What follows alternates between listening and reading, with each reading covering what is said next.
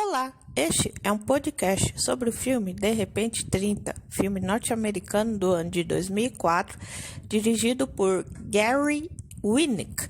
O filme teve produção de Susan Arnold, Donna Aircraft-Rolfe, Gina Matthews e Todd Garner. O roteiro foi escrito por Katie Yuspa, Josh Goldsmith e Nils Miller. O filme, De Repente 30, teve distribuição da Columbia Pictures e o seu lançamento se deu no dia 23 de abril de 2004 nos cinemas norte-americanos. Chegou no Brasil no dia 20 de agosto de 2004. Era um período em que, principalmente anos 2000 e 2010 para cá, até que mudou um pouco, mas antigamente os filmes demoravam um pouquinho para chegar no Brasil. O filme teve orçamento de 37 milhões de dólares, o que para mim é um filme caro para uma comédia romântica de 1 hora e 40 minutos. E teve uma excelente bilheteria de 96 milhões de dólares. Para mim é uma excelente bilheteria. Para um filme desse gênero é uma excelente bilheteria, quase 100 milhões de dólares. Assim, se fosse para um filme de drama, de ação, seria uma bilheteria baixa. Mas para um filme de comédia romântica... Só que aqui no caso de Repente 30 é mais comédia mesmo, não tem muito romance, apesar de ter um casal protagonista, porque o foco do filme é todo na personagem da Jennifer Garner, que é a Jenna, né? E é mais pra comédia mesmo, né? Tipo As Branquelas, que o filme não é uma comédia romântica, é filme só de comédia. E, De Repente 30, por uma bilheteria de quase 100 milhões de dólares, né? Para mim foi uma excelente bilheteria. Mas, para os padrões hollywoodianos, o filme foi considerado um sucesso, assim, mediano. O filme passa direto na sessão da tarde, né? É o tipo de filme, assim, como se fosse a primeira vez, um filme super leve, divertido, não tem nenhum apelo sexual, não tem nenhuma linguagem de baixo calão. É um filme, assim, que você pode assistir com seus filhos tranquilo, com toda a família, avô, tio, primo, enfim. E, assim, é um filme, assim, que eu gosto muito, principalmente pela mensagem que ele passa para o telespectador, que é você aproveitar cada momento da sua vida de forma única, você não ter pressa com relação ao futuro, porque o futuro vai chegar, e se você tentar apressar as coisas, você vai acabar deixando de curtir momentos que ficariam no seu coração para sempre. Tudo isso porque você estava focado em atingir tal objetivo, é que nem você... Tipo, já eu gostaria de amanhã amanhecer rico, não sei o quê, mas assim, e o que você alcançou e as suas conquistas até chegar no seu objetivo, entende? O que faz valer o grande objetivo é o que está inserido nesse meio, do seu desejo até a concretização do seu desejo. E aqui a gente percebe, né, como a personagem, depois que ela alcançou o objetivo que era chegar aos 30 anos de idade, como ela deixou muita coisa para trás que ela gostava e não percebeu, incluindo seu amigo, seu melhor amigo e o único, o Matt. Eu já vou falar sobre ele também, sobre todo o filme, né? Enfim, mas essa é a principal mensagem desse filme e para mim, eu adoro filmes que passam uma mensagem, que passam um recado para o seu telespectador e essa é uma das mensagens mais bonitas que poderiam ser passadas, né? E, enfim... No elenco do filme, De Repente 30, nós temos a Jennifer Garner como Jenna Rink, que é a protagonista, né? A sua versão mais jovem é interpretada pela atriz Krista B. Allen, como a Jenna Rink jovem, a Jenna Rink de 1987, né? Ela começa o filme, né? Como uma menina, assim, bonita, mas assim, que se sente um pouco deslocada, desleixada, que ela tem o desejo de fazer parte do grupo das populares do colégio, das 6 gatinhas, né? E o único amigo dela é o Matt, que a sua versão jovem é interpretada pelo ator Sean Marquette, o Matt Flemhav, jovem, e a sua versão adulta é interpretada pelo ator Mark Ruffalo como Matt Flemhav, que a Jenna apelida ele de Matt. E assim, e o seu único amigo, né, o Matt, e ele tem uma parte do filme logo no começo, né, quando eles estão indo da escola para casa, que ela fala que gostaria de fazer parte do grupo das 6 gatinhas, ele, matematicamente não tem como haver uma 7ª gatinha num grupo que já é intitulado as 6 gatinhas, né? E ele tem umas sacadas muito interessantes. Ele é o típico gordinho nerd, né? Que é de boa, né? E ele tem um hobby, né? Que é tirar fotos, né? E aí depois, quando ele chega aos 30 anos, que já é o Mark Ruffalo, aí a gente descobre que ele virou um fotógrafo profissional, ou seja, uma coisa que ele gostava já desde criança, ele levou para sua vida adulta. E a Jenna tem o sonho de chegar aos 30 anos, porque ela, na cabeça doida dela, a pessoa quando chega nos 30 anos alcançou o sucesso, já tem uma vida super bem sucedida, já tem dinheiro, tem todos os namorados, as melhores amigas, as melhores roupas, aquela coisa toda que a gente sabe que na prática, independente do país em que você vive, não é bem assim que funciona, né? Mas enfim, é um filme de comédia, né? Não vamos pegar pesado nesse quesito. Se fosse um filme de drama, eu ia sair esculachando esse roteiro, porque para drama não pode ter um enredo desse. Mas como o filme é de comédia, aí cabe muito bem, é um enredo até que interessante, assim. O enredo tem que ser de acordo com o gênero que o filme propõe. O que aconteceu em Clube da Luta, que venderam o filme para o público como filme de ação, e no fim das contas era mais o filme é mais voltado para um drama psicológico, né? Clube da Luta. Não é filme de ação, é mais um drama psicológico. Por isso que não teve uma bilheteria mais ou menos considerada pelos padrões, né? O filme vendeu uma coisa e mostrou outra. Aqui não. Aqui eu ainda vou falar um dia de Clube da Luta.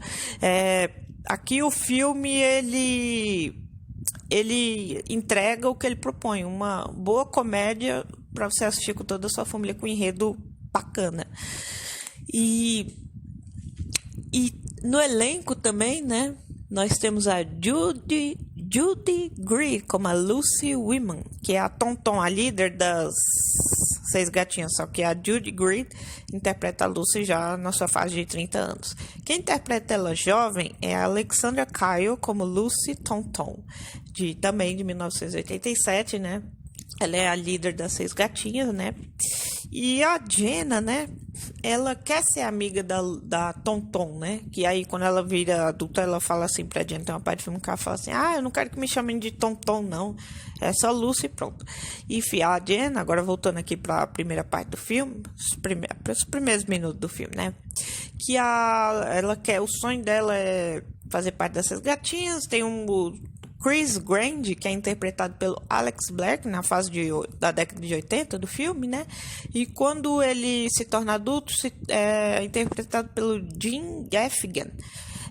Ele só tem uma cena perto do fim do filme, quando a Jenna pega um táxi para ir até o local onde o Matt vai se casar com uma moça, que é a Wendy, que é interpretada pela Lynn Collins, que é a noiva do Matt.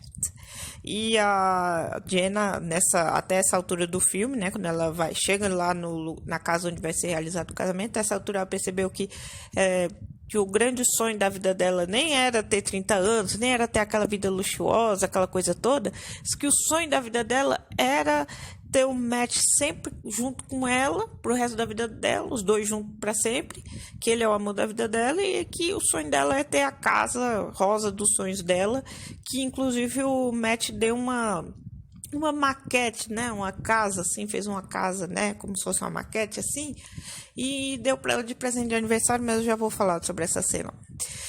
Que o sonho dela era ter essa casa e o Matt junto com ela. Mas eu também vou falar dessa parte do filme que é já mais perto do fim do filme. E, assim, no elenco, né?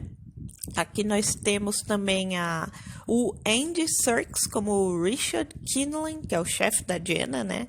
Ele é um cara extremamente carismático, né? Ele é engraçado dos momentos certos. A gente já gosta dele logo de cara, logo na primeira cena dele a gente já gosta dele. E, enfim, é um excelente personagem aqui no filme. E nós também temos a Kate Baker como a Beverly Rink, que é a mãe da Jenna, e o Phil Reeves como Wayne Rink, que é o pai da Jenna, né? Eles não tem muitas cenas aqui, só mais no começo do filme e lá no meio do filme, quando ela volta para a casa dos pais, né?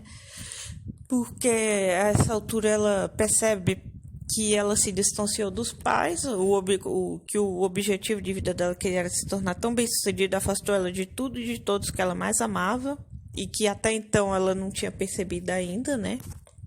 Que eram os pais, o Matt, a vida dela, né? E assim, e é interessante, os pais, quando encontram ela lá dentro do porão onde ela se trancou no aniversário de 13 anos, os pais dela acham ela lá trancada, né? Já na fase adulta. Acham ela lá, porque ela chega na casa, não tem ninguém porque eles foram viajar. Ela se tranca lá no closet. E aí eles chegam, ouvem um barulho, vão até lá. Eles chegam em casa, encontram ela e recebem ela como o filho pródigo, né? Enfim, e assim, é uma cena muito emocionante com os pais e tudo mais, né?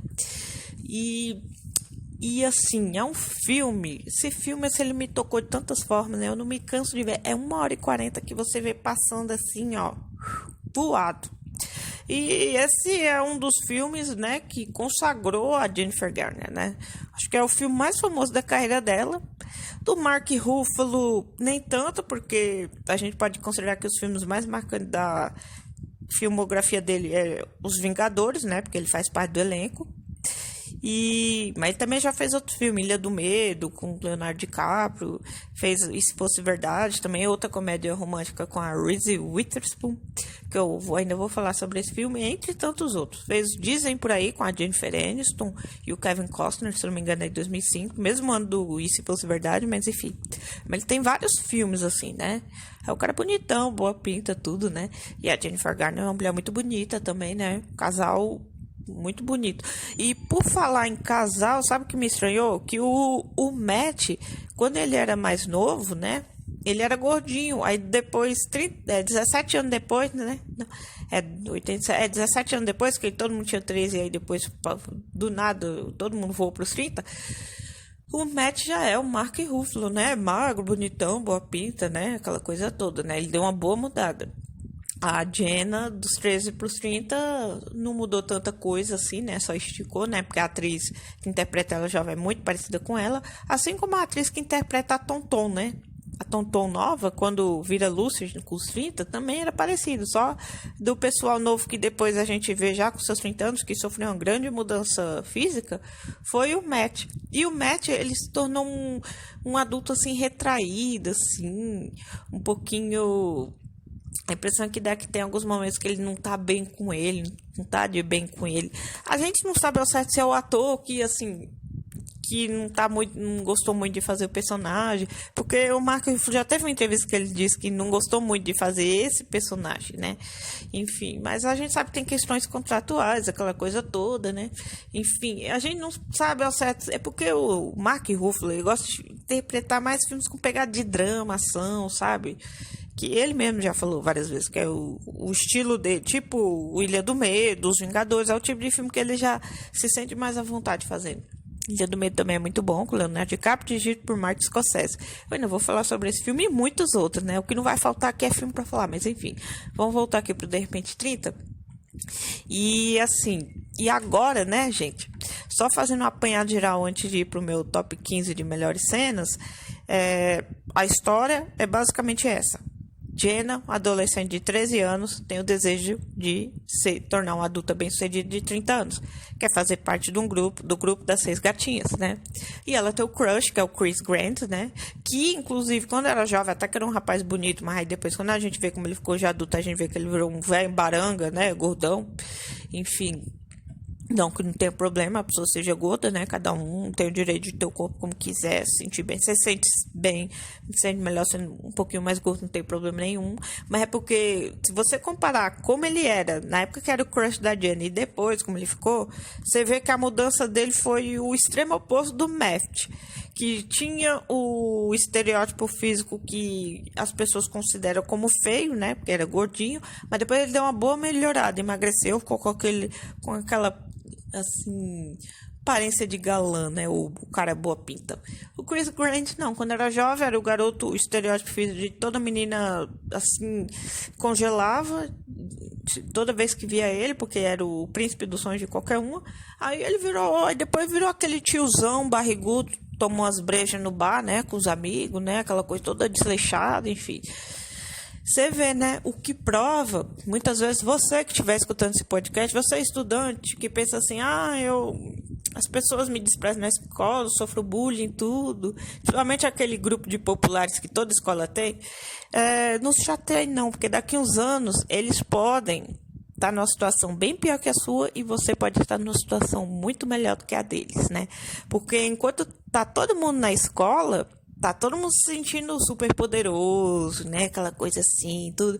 Mas depois que acaba a escola, eu tenho que lhes informar que, infelizmente, a vida, essa vida de popular, de eu passo por cima de tudo, todos, para ali. Acabou a escola, meu filho. Quando você vai para a vida real, se você é desses que chutava cachorro morto, aí você vai virar o cachorro morto, tá entendendo? É isso, é o que prova aqui. Que o Chris Grant, ele virou nada comparado com o que ele era antes, comparado com que como a Jenny idolatrava ele.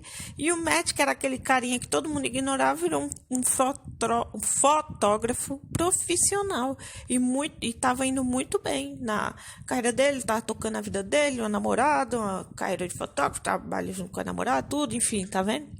É claro, teve a Lucy, né, que se deu bem, trabalhou para editora, para Pós, né, revista.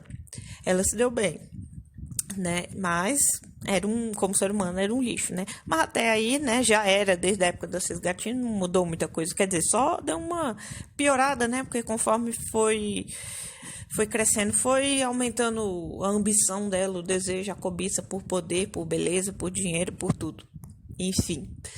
É um mau caráter, né? Desde o começo. A Jenna não. A Jenna era uma menina de bom coração, que tinha um desejo e que teve esse seu desejo realizado, mas ela percebeu que para alcançar o objetivo ela se tornou um ser humano que não era ela. Tanto é que ela fala isso no final do filme.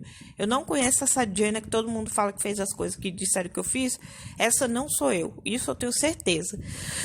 E assim, a parte em que ela tá conversando com o Matt antes dele se casar é a parte mais triste do filme, pra mim, né? O filme é muito legal, tudo, mas é um dos momentos, assim, um dos poucos momentos, assim, triste, né?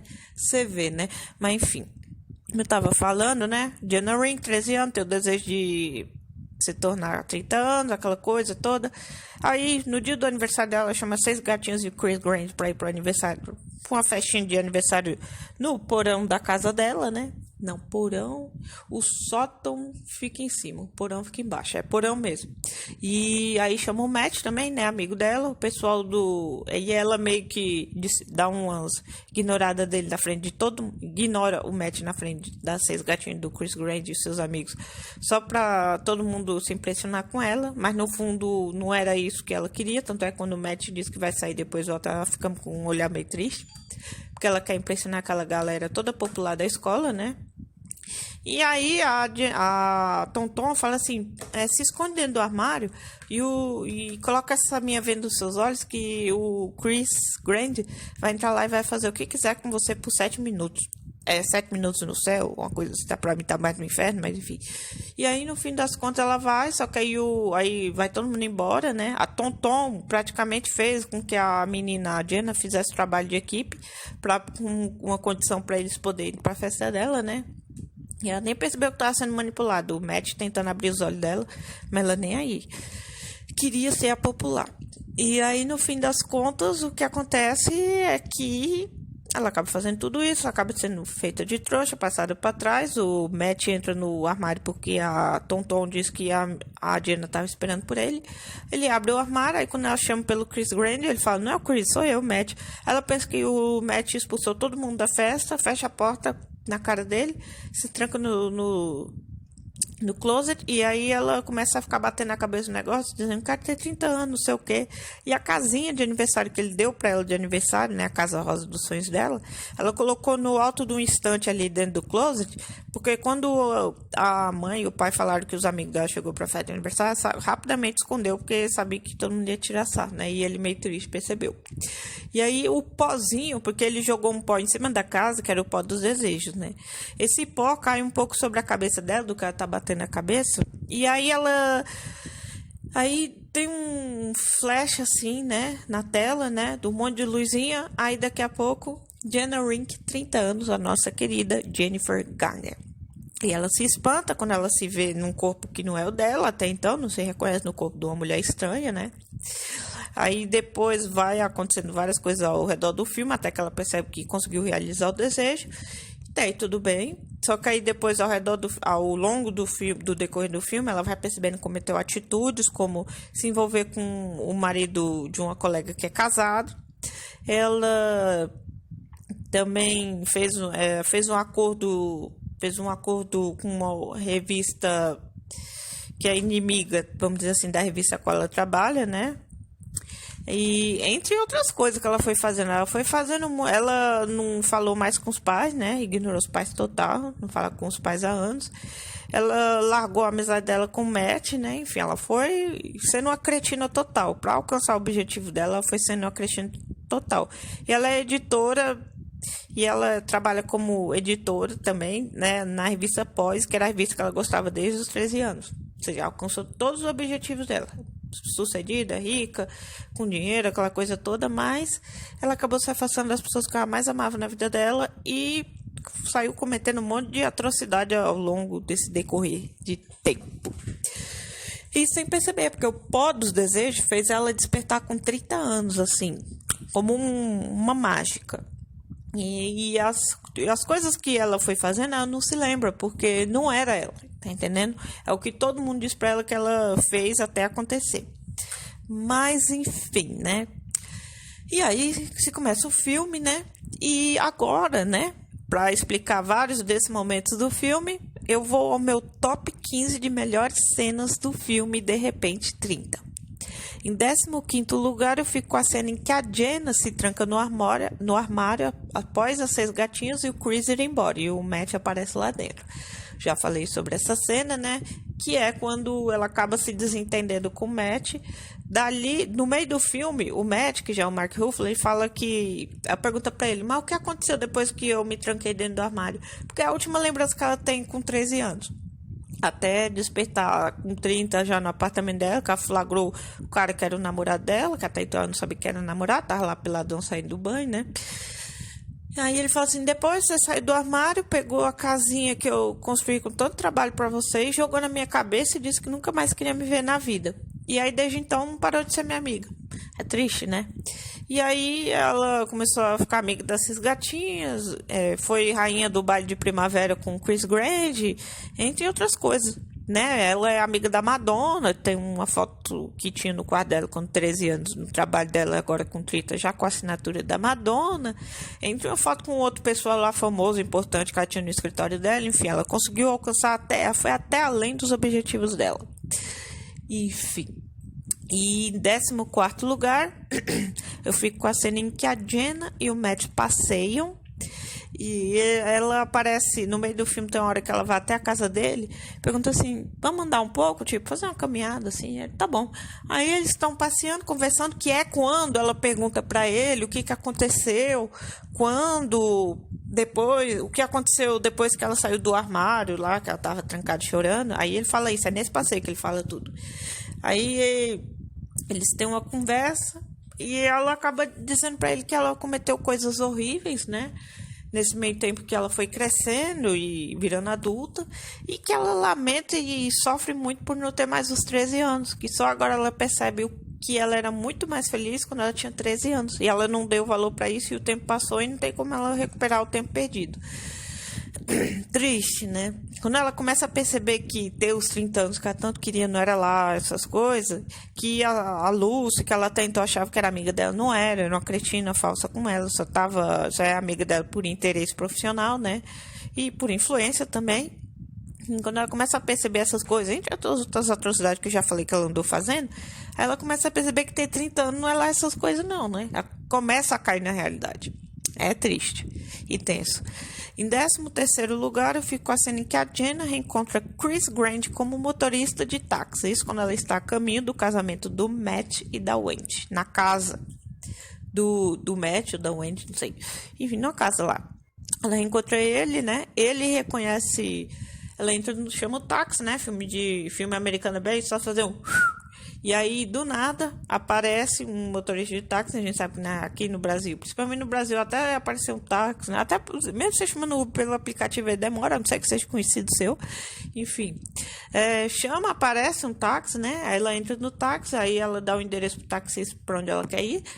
Aí, enquanto eles estão indo até o trajeto, durante esse trajeto, ele olha assim pelo retrovisor do espelho, reconhece a Jenna, aí fala: Jenna, sou eu, Chris Grant. Ela vê a foto dele com o nome dele ali no negócio, né? O crachá de taxista, né? Aí é que a gente vê que ele virou aquele tiozão do bar, né? Que eu falei, você pensa assim, o Chris Grant, o crush da vida da Jenna, o príncipe da vida dela, virou esse tiozão de cerveja de bar, né?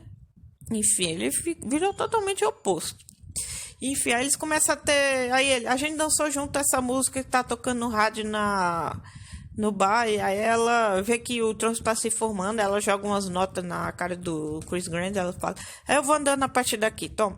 Aí ela sai correndo do táxi, né, porque tá tudo parado, e ela sai correndo até a casa lá que o Matt e a Wade vão se casar. E porque eles vão se casar no jardim da casa, né.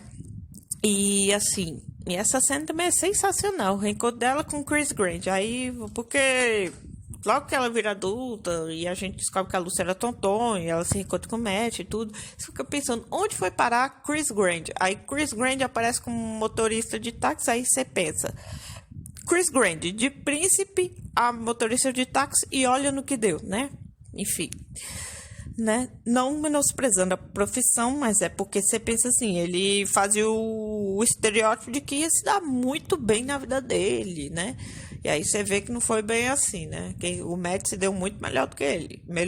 Com a aparência muito melhor e com a profissão, né?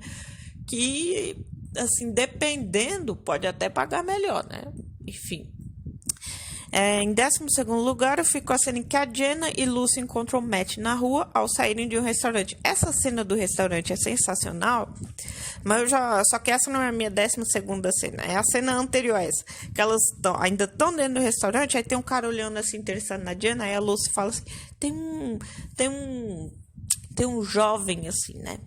Tem um cara olhando pra você, ele é uma gracinha. Ela olha pra trás, só que ela vê um moleque lá no fundo de 13 anos, porque ela tá com a cabeça de 13 anos, né? Então você vai. Enfim. Aí ela olha, mas ele é uma gracinha, você acha que eu devo ir lá conversar? Ela, claro, vai lá. Aí ela vai até o garoto de 13 anos, começa a meio que chavecar ele. Ah, você poderia me prestar seu ketchup? Aí eu olhei pra você de longe e achei uma gracinha. Aí a Luz vai até a Jenna. Você quer ser preso, não sei o quê. Aí ela, você tá falando dele? Aí, não, tô falando desse homem aqui. Ela olha assim pro homem ali, olhando pra ela. O homem, que nojo, essa parte é muito engraçada. Mas minha 12ª cena nem é essa, é a cena que vem depois, quando elas estão saindo do restaurante, elas dão de cara com o Matt na rua, e a Wendy, que é a namorada dele, na verdade noiva, que vai se casar com ele e vai morar com ela em Chicago. Ela conta tudo isso pra Lucy e pra Jenna, a Jenna fica chocada. É a partir daí que ela já começa a ter ciúme do Matt, porque até então era só o amigo dela. Mas aí, quando ela vê que ele já tem uma noiva, vai se casar e que vai morar em outro lugar, aí ela já começa, a partir daí que vai surgindo sofrimento dentro dela, por tudo que aconteceu, né? Por ter deixado de ser amiga dele e tudo mais, né? E aí depois aparece o namorado da Jenna, né? Que acaba levando ela pro apartamento dele, acaba fazendo isso de striptease. Essa cena também é engraçada, enfim. O filme é cheio de cenas hilariantes. Mas essa é a minha 12ª melhor cena, quando a Jenna descobre que o Matt vai se casar e vai morar em Chicago. Em 11º lugar, eu fico com a cena em que a Jenna convida Matt para ser o fotógrafo do projeto que ela vai apresentar para salvar a revista Poise, né? Porque a revista tem duas revistas que são retratadas no filme. É a revista Poise e a revista Sparkle. A Sparkle, por coincidência do destino, ela publica as mesmas matérias que a Poise, só que ela publica um pouquinho antes. É tipo assim, hoje vai ser lançada uma matéria sobre a atriz Jennifer Aniston. E amanhã vai ser, na Poise, uma matéria também sobre a Jennifer Aniston. Só que a Poise teve a ideia da matéria muito tempo antes da Sparkle. Ou seja, isso significa que tem alguém da Poise dizendo para o pessoal da Sparkle qual vai ser a pauta da revista daquela semana, daquele mês, enfim. E aí eles vão lá e se adianta e faz uma matéria até muito mais elaborada do que a matéria que a Poise vai apresentar. E com isso, a Sparkle acaba ganhando mais pessoas comprando a revista dela do que as pessoas que vão comprar a Poise, né? E o editor-chefe, né? Que é o nome dele mesmo aqui, que eu acabei de falar, que é o Andy Serkis, né? Na verdade, o Richard, né? O Richard, ele fala assim, ele mostra várias revistas de vários meses, com a mesma matéria entre uma revista e outra, entre a Sparkle e a Poise. Ele, é coincidência? É não sei o quê?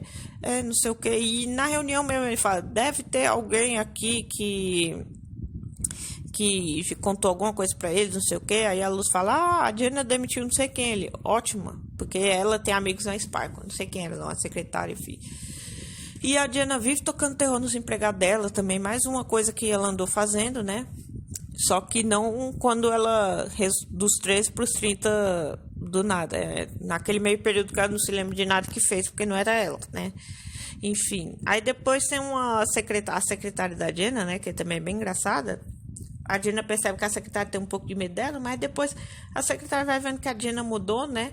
E aí as duas até que ficam um pouco amigas, né? Uma relação bem bonita. De medo, a amizade, né? Ela mudou, assim, do nada, né? E ela nem questionou essa mudança da Diana, nem nada, né? Ela acabou virando amiga da Diana também, né? Não teve nem só de desgraça foi feita a vida da Diana aos 30, né? Teve muita coisa boa também, mas infelizmente as coisas a que ela mais deveria dar valor não tava lá, né? Enfim. E aí, essa é a minha 11ª melhor cena, quando a Diana faz esse convite pro Matt. O Matt até fala assim, não, mas eu já vi sua revista, o tipo de foto que eu faço não é o mesmo tipo de foto que a sua revista publica. Exatamente por isso, ela quer fazer uma coisa toda nova, porque o Richard quer fazer uma reestruturação na Poise para poder tentar salvar a revista de ir à falência, né? Que é o que acaba indo, né? Spoiler. Em 10º lugar, eu fico com a cena em que o Matt dá uma casa rosa de presente de aniversário de 13 anos pra Diana. Eu já falei sobre essa cena também, né? E ela acaba escondendo a casinha rosa, que o Matt fez tanto trabalho, pra seus gatinhos e Chris Grant e seus amigos não verem, né? Ela já agia um pouquinho como uma cretina nos 13 anos, mas ela agia como uma cretina para tentar impressionar a galera lá, os populares da escola, né? Porque ela era uma cretina. Mas acabou agindo como uma, de qualquer jeito, né? E o Matt tentando abrir os olhos dela naquela época, né? Ela só foi perceber que o Matt estava certo já com 30 anos. Em 9º lugar, eu fico com a cena em que o Matt diz a Diana que se casará com o Andy e termina a amizade de vez com ela. Lembra que eu falei que ela pega o táxi com o Chris Grant para poder chegar na casa do Matt? Ela chega lá, se declara pro Matt, diz que ama ele, e que se ele amasse ela também, ele não se casaria com outra mulher, a não sei que essa mulher fosse ela, Diana. E o Matt faz uma declaração de amor, diz que sempre amou ela, que as coisas que eles viveram nas últimas semanas, que ele nunca achou que sentiria o que sentiu, mas que a vida deles seguiu rumos completamente diferentes, que não tem como voltar no tempo. E que a Wendy é a mulher que ele quer para a vida dele, que ele não vai largar ela por algumas semanas, sendo que ele e a Diana se separaram há mais de 10 anos. E é isso, aí dali ele já rompe de vez com a Diana, né? Momento muito triste do filme. Acho que é o momento mais triste do filme esse. Porque o filme é bom, tem comédia, tem romance, mas também tem uns momentos tristes, que é principalmente quando a Diana vai começando a perceber que querer chegar nos 30 da noite pro dia foi uma burrada, né? Ela não vivenciou o que ela tinha para vivenciar com calma e acabou se afastando do Matt e seus pais, que eram os maiores amores da vida dela, os pais e o Matt, né? Ela acaba percebendo isso, que o Matt é o homem da vida dela, não era o Chris Grant, era o Matt, só que ela ainda nem sacou.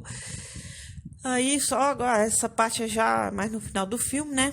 Aí a Diana pergunta onde tá a casinha e o Matt, você promete que não vai jogar na minha cabeça? Eu prometo. Aí o Matt devolve a casinha rosa pra ela e ela sai chorando com a casinha nos braços lá pro fundo das casas, né? Ninguém vê ela chorando, né?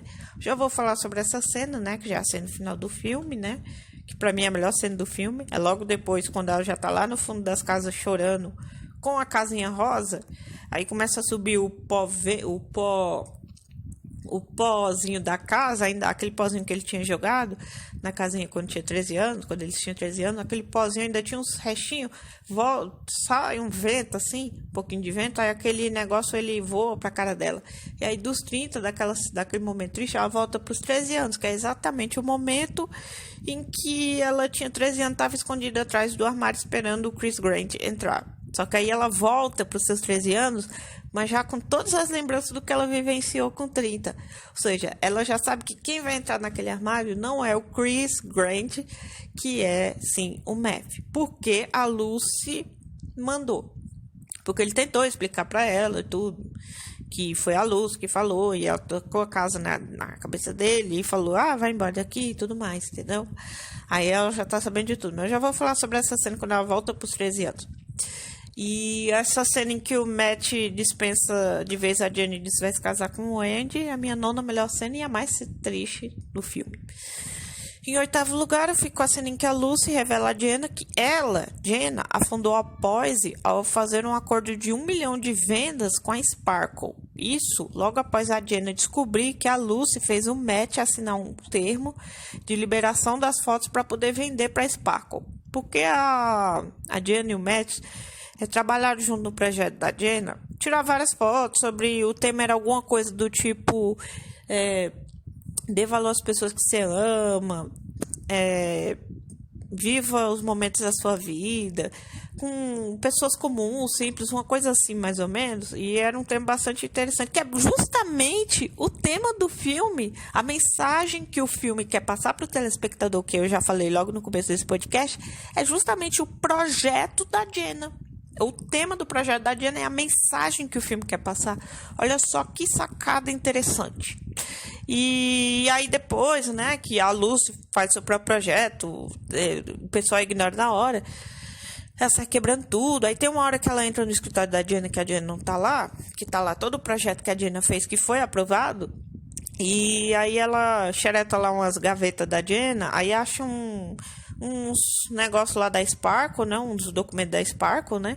E agradecendo a Jenna pelo acordo de 1 milhão de vendas. Tipo, no final a gente tem um grande plot twist de que a Jenna era a informante da Poise pra Sparkle.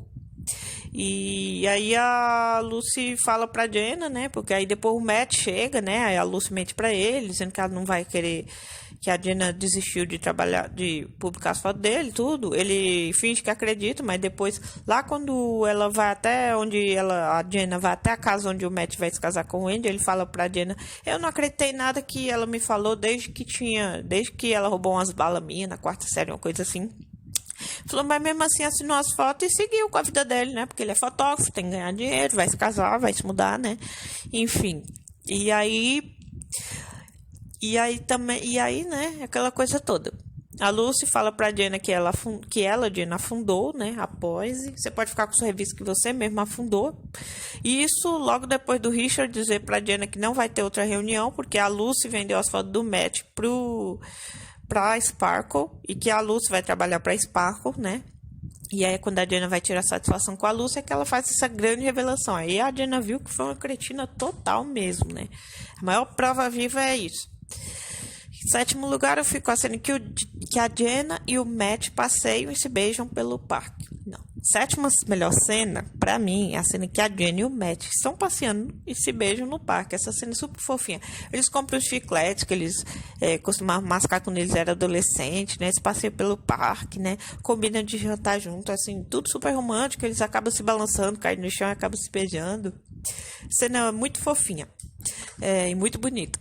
Em sexto lugar, logo na sequência dessa cena, é a cena em que a Jenna faz uma festa do pijama com vários adolescentes no seu apartamento. Essa cena também pra mim é hilária, né? Ela tá com várias meninas lá adolescentes, provavelmente vizinhas, né? E tudo mais, né? E ela conta do encontro dela com o Matt no parque e tudo. Aí alguém pergunta assim, e aí depois? Aí ela, aí a gente foi embora. Aí, e vocês vão se encontrar de novo? Uma coisa assim, ela... Ah, não. Aí alguém pergunta por que ela é complicada, é coisa de adulto. Aí elas começam a ter uma conversa assim, né, sobre amor, sobre que o amor é um campo de batalha, que você precisa lutar pelo que você quer, né? Aí elas fazem uma performance lá cantando uma música que é Love is a Battlefield, o nome da música, o nome do cantor eu esqueci agora, mas é isso. E elas dançando a música, é uma cena sensacional. Agora vamos ao meu top 5 de melhores cenas. Em quinto lugar, eu fico com a cena em que a Jenna reencontra seus pais, né? Que nem eu falei, lá pro meio do filme, né? Ela vai até a casa dos pais, né? Porque tá sentindo muita falta deles, né? Ela já com 30 anos, né? E os pais acabam reencontrando... E a Jenna acaba reencontrando seus pais lá no porão, né? E a Jenna, já adulta, né? Aí se abraça com os pais, tudo. Ela vai parar na cama dos pais de noite, com medo dos trovões, né? Também. E depois ela tomando café com a mãe, né? E ela conversando com a mãe sobre erros do passado e tudo mais. Enfim, essa sequência também é muito boa. Em quarto lugar, eu fico com a cena em que a Jenna reencontra Matt com 30 anos e os dois acabam retomando a amizade perdida, né? Ela, durante a reunião, logo ali na primeira parte do filme, ela pede para a secretária dela encontrar um amigo dela. Aí ela acaba jogando um papelzinho na secretária quando a secretária tá indo embora. Aí a Luz fala assim: ah, a Jenna tá bêbada. Aí todo mundo, aí, e o curioso é que ela foi pro escritório com o vestido dela, a roupa dela de dormir, só que ela tá com um casaco por cima assim, né? Então ninguém nem reparou muito, mas enfim. Aí a Jenna acaba... Aí depois a secretária dá o endereço novo do Matt pra Jenna, né? A Jenna vai até a casa do Matt, né? Aí eles conversam tudo. No começo ele acha muito estranho, porque eles não se falam há muitos anos. E aí depois, né, eles acabam conversando mais, tudo. O Matt ajuda a Jenna a reencontrar o apartamento onde ela mora. E ele acha que ela tá muito estranha e tudo, mas enfim. Mas os dois acabam retomando a amizade, né? A gente percebe aí que já teve um certo distanciamento, que ele não é mais aquele garoto cheio de vida que era quando tinha 13 anos, né? Até porque ele teve uma desilusão amorosa, né? Porque a Jenna era o amor da vida dele desde a adolescência, desde sempre. E ela não quis mais saber dele, e isso magoou muito ele. A gente percebe que mesmo com 30 anos, ele, assim, apesar de ter voltado a ser amigo da Jenna, que ele guarda essa mágoa dentro de si. Enfim, né? Triste. Coisas da vida. Em terceiro lugar, eu fico com a cena em que a Jenna desperta com 30 anos. Minha terceira melhor cena. A cena em que a Jenna desperta com 30 anos, né? Que ela se olha no espelho, toma aquele susto, cai ao contrário da cadeira, né? E aí depois ela descobre que tem um cara pelado do banheiro dela, né? Ela sai correndo do prédio, enfim. Toda essa sequência é simplesmente sensacional. E ela despertando achando que tá com 13, mas já tá com 30, e se vê no espelho, que mulher é essa? E começa a gritar, enfim. Sensacional. Pra mim, a segunda melhor cena, né? O que pra muitos é a cena mais famosa do filme, mas pra mim também, né? Quando fala de repente, a gente pensa muito nessa cena. Mas assim, a cena mais famosa do filme pra todo mundo, sim. Mas pra mim, a segunda melhor cena, que é a cena em que a Jenna e o Matt dançam Thriller durante uma festa, né? Tá tendo uma festa lá com várias pessoas importantes, né? Inclusive a Jenna, do que ela se retomou a amizade com o Matt, teve uma ligação pra ela falando dessa festa e tudo mais, e ela convidou o Matt. Aí fala, não sei se eu vou poder ir. Ela, se puder ir, dá uma pulada lá. Aí ela dá o endereço pra ele. Ele acaba aparecendo lá. E aí, do que ele aparece lá, né? E o Richard, antes dele aparecer lá, o Richard, ele disse pra Jenny e pra Luz que a festa tá um fiasco, tá um flop total, que tá todo mundo indo embora. Aí a Jenny fala assim, se eles pelo menos mudassem de música, né? Ele toca o que você quiser, minha querida, mas essa festa precisa ganhar vida, dar uma animada. Aí ela vai até o DJ, pede pro DJ tocar a trilha do Michael Jackson. Aí o DJ bota o trilho, do que ele bota o trilho, até o DJ já começa a se animar. Não é nem o pessoal que tá dançando, é o DJ. O DJ já começa pra um lado, pro outro, se animando com o trilho do Michael Jackson. É Michael Jackson, rei do pop, né, gente? Dispensa comentários. E aí o DJ, e aí a Jenna vai até o meio do palco, né? Começa a dançar assim, meio sem jeito, a ver o Matt, né? Ela acaba arrastando o Matt pro meio do palco e aos poucos os dois vão dançando, né? É muito engraçado. Aí o pessoal começa a se animar com eles, né? Daqui a pouco tá todo mundo dançando, uma loucura, né? Até a Lucy e o Richard vão pro meio da galera dançar, a secretária. O DJ pula do negócio lá que ele tá lá atrás tocando, até o DJ dá um pulão lá e vai dançar Thriller também. Essa cena assim é sensacional. Eu rio porque é muito legal essa cena.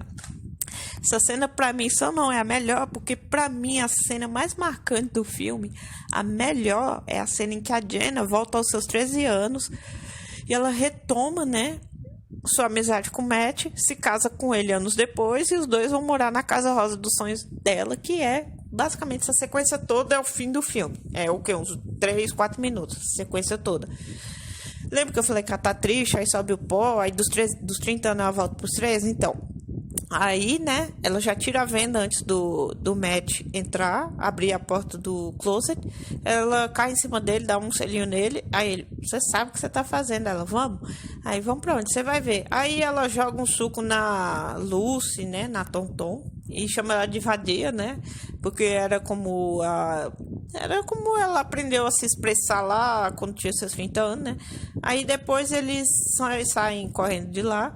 Aí depois tem um corte que eles já estão 30 anos de novo, se casando, né? Só que aí dessa vez, tipo, tem um corte, é dos 13 para os 30. Não é que teve mágica, dessa vez ela viveu tudo do jeito que tinha que viver, do seu tempo, né? Continuou sua amizade com o Matt, os dois começaram a namorar e aí eles já estão se casando, né? Ela vivenciou tudo, né? E aí, do que tem essa sequência do casamento, já tem a sequência deles de mudança para uma casa nova, que é uma casa idêntica à casa que o Matt construiu, a maquete para Jenna com os 13 anos, que esse sim era o grande sonho dela. Viver junto com o Matt, manter a relação dela com os pais e morar nessa casa grande, rosa, bonita, né? E que o sonho dela não era ser bem-sucedida, aquela coisa toda bem superficial que ela achava lá no começo do filme. Não, o sonho dela era esse mesmo. E no final das contas ela acabou meio que vivendo tudo que ela queria, né? Mas o que ela queria de verdade mesmo era o Matt, seus pais e a casa rosa dos sonhos, né? E essa parte final do filme, pra mim, é a melhor do filme. Assim, é um filme que ele desperta em você bons sentimentos, é um filme muito positivo, alto astral, né, tudo mais. E agora vamos aqui rapidamente a algumas curiosidades, porque esse podcast já está ficando extenso. Para quem não sabe, a Jennifer Garner, ela foi convidada para participar do filme só depois que ela ganhou o Globo de Ouro por sua personagem na série Alias, de 2002. A Jennifer Garner tinha dito que nunca recebeu um convite tão direto e que os seus colegas de elenco da série Alias que acabaram encorajando ela, vai lá, aceita esse papel, tudo mais e tal. E para quem não sabe, a atriz Krista B. Allen foi escalada como a jovem Jenna de 1987 porque ela se parecia muito com a Jennifer Garner quando a Jennifer Garner ainda era adolescente. Para quem não sabe também, depois de interpretar a jovem Jenna Rink no filme, a Krista B. Allen mais tarde voltou a interpretar a versão jovem da Jennifer Garner no filme Minhas Adoráveis Ex-Mulheres, de 2009, filme em que a Jennifer Garner faz par romântico com o ator Matthew McConaughey.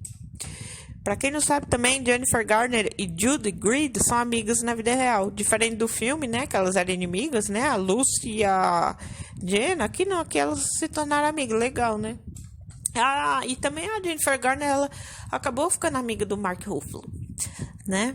Enfim, você vê, né, um filme bom, assim, todo mundo ficou amigo, assim, uma família mesmo, filme muito bom. E para quem não sabe, algumas curiosidades aqui no grupo das 6 gatinhas estão incluídas atrizes, na época ninguém percebeu, né? Mas hoje em dia a gente já vive numa geração que a gente percebe tudo. No grupo das 6 gatinhas estão incluídas as atrizes Ashley Benson, da série famosíssima Pretty Little Liars, e a Brie Larson, que venceu o Oscar pelo filme O Quarto de Jack e mais conhecida por essa nova geração pela sua personagem Capitã Marvel. Para quem não sabe também, Mark Ruffalo quase não fez o papel de Matt por causa da cena em que ele tinha que dançar a trilha. E ainda de acordo com o ator, foi Jennifer Garner que o arrastou para fora do set e ficou repassando todos os movimentos várias vezes. E quando o filme começou, quando eles foram gravar, havia mais de 300 figurantes. É claro, na cena não chega nem a 100, que dirá 300. Mas assim, dos ensaios, tinha mais de 300 figurantes ao redor para salvar ele caso não conseguisse fazer toda a cena, porque ali tinha tanta gente, né? E também no meio da cena da dança do thriller, ele vai embora antes da música acabar, e aí a Jenna continua dançando thriller com o chefe dela, o Richard, que até dá um moonwalk e tudo mais, né? O cara é cheio de bola. E para quem não sabe, também muitos dos atores de Repente 30 estiveram em filmes da Marvel. Lá vai. Jennifer Garner interpretou Elektra em Demolidor de 2003 e também no filme próprio, Elektra, de 2005. Já Mark Ruffalo interpretou o incrível Hulk em vários filmes da franquia Vingadores. E Brie Larson estrelou o Capitão Marvel em 2019, como eu já falei. Judy Greer interpretou Meg Land em Homem-Formiga de 2015 e também na sua sequência, Homem-Formiga e Vespa de 2018. E também, para quem não sabe, o Andy Serkis, já tão famoso em Hollywood, que foi o chefe da Jenna, em De Repente 30, ele apareceu como personagem Ulysses Klaue em Vingadores, Era de Ultron de 2015, assim como em Pantera Negra de 2018. O filme, De Repente 30, foi filmado totalmente na cidade de Nova York. Para quem não sabe, o elenco, equipe e tudo mais, produção e tudo mais, filmaram em vários lugares de Nova York, desde ruas e calçadas comuns até lugares famosos e turísticos como Central Park e a Ponte do Brooklyn. O cenário do filme também é lindo, é sensacional. E assim, é um filme que passa essa mensagem, né? Aproveite seu tempo, viva cada dia por vez, viva um dia por vez, né? Não queira antecipar o futuro. Melhor mensagem possível que o filme passa.